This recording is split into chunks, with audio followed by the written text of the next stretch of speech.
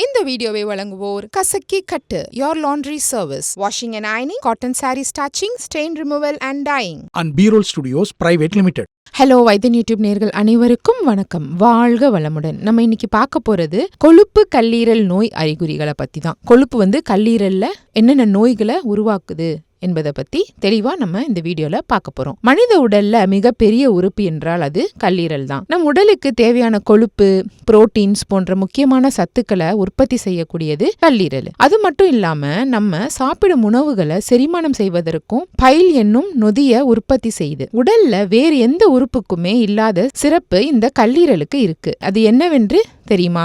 நோய் தொற்று அல்லது வேறு ஏதோ கல்லீரல் பாதிப்பு ஏற்பட்டால் அது தானாகவே சரி செய்து கொள்ளும் வல்லமை பெற்றது கல்லீரல். நம்ம உடல்ல செரிமானத்திற்கு உதவும் பித்த நீர் முதல் ரத்தத்தை உறைய செய்யும் ரசாயனம் வரை அனைத்துக்குமே கல்லீரல் தான் சுரக்கிறது. அத்தகைய கல்லீரலில் கொழுப்பு கல்லீரல் நோயின் அறிகுறிகள் என்னென்ன என்பதை பற்றி இந்த பதிவுல பார்த்து தெரிஞ்சுக்கலாம். முதல் அறிகுறி என்ன அப்படின்னு பார்த்தோம்னா, ரொம்ப கொழுப்பு சேர்ந்துருச்சு கல்லீரல்ல, தெரியாது கல்லீரல்ல கொழுப்பு சேர்ந்திருக்குன்றது. அதிகமான கொழுப்பு கல்லீரல்ல சேர்ந்துச்சுன்னா என்னென்ன அறிகுறிகள் வரும் என்பதை பத்தி பார்க்கலாம். முதல்ல உடல் சோர்வு அறிகுறி. நாள்பட்ட சோர்வு கொழுப்பு கல்லீரல் பாதிப்புக்கான அறிகுறி தான். எனவே உங்களுக்கு அடிக்கடி உடம்புல சோர்வு ஏற்பட்டுச்சுன்னா மருத்துவரை அணுகி கல்லீரலை பரிசோதிப்பது ரொம்ப ரொம்ப அவசியம். அதே மாதிரி பசியின்மை குமட்டல் காரணம். அதாவது பசிக்கும் பசிக்காது குமட்டிக்கிட்டே இருக்கும். ஒரு சில நாள் பசிக்காமல் இருந்தால் அது இயல்பு. ஆனால் தொடர்ந்து உங்களால் சாப்பிட முடியவில்லை என்றால் கவனிக்க வேண்டும்.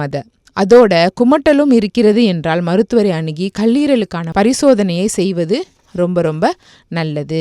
அதே மாதிரி தலைவலி. கல்லீரல் பாதிப்பு ஏற்பட்டுச்சுன்னா வாந்தி, தலைவலி மற்றும் குழப்பம் வரும். இந்த அறிகுறிகள் இருந்துச்சுன்னா மருத்துவரை கண்டிப்பா போய் பார்க்கணும். அதே மாதிரி சருமம் மற்றும் கண்கள் மஞ்சள் நிறமாக மாறுவது, பிலிரூபின் அளவு அதிகரிக்குது. இது கல்லீரல்ல சுரக்கும் மஞ்சள் நிற கிருமி. இதனை மஞ்சள் காமாலை என்றும் அழைப்பாங்க. இந்த அறிகுறிகள் ஏற்பட்டுச்சுன்னா மருத்துவர் அணுகி பரிசோதிப்பது ரொம்ப நல்லது.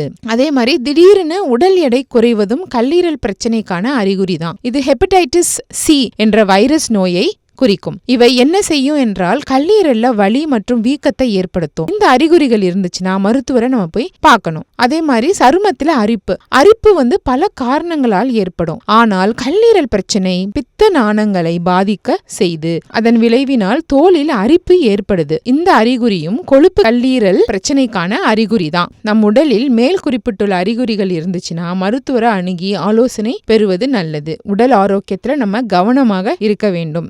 எப்பொழுதுமே ஆரோக்கியமான உணவை சாப்பிட்டுட்டு வந்தோம்னா கண்டிப்பா நம்மளுக்கு எந்த நோயுமே பாதிக்காது, எந்த உடல் உறுப்புமே பாதிக்காது. அதனால கண்டிப்பா நல்ல சத்தான உணவு, ஆரோக்கியமான உணவையே சாப்பிட்டு நம்ம உடலை நம்மளே பாதுகாப்பாக வச்சுக்கணும். இந்த வீடியோ உங்களுக்கு பிடிச்சிருந்ததுன்னா லைக் பண்ணுங்க, ஷேர் பண்ணுங்க. மறந்துடாம நம்ம வைத்தியன் யூடியூப் சேனலை சப்ஸ்கிரைப் பண்ணிடுங்க. அப்படியே அந்த பெல் ஐகானையும் கிளிக் பண்ணி வச்சுக்கிட்டீங்கன்னா நாங்க அனுப்புற ஒரு வீடியோவும் உங்களை சேரும்.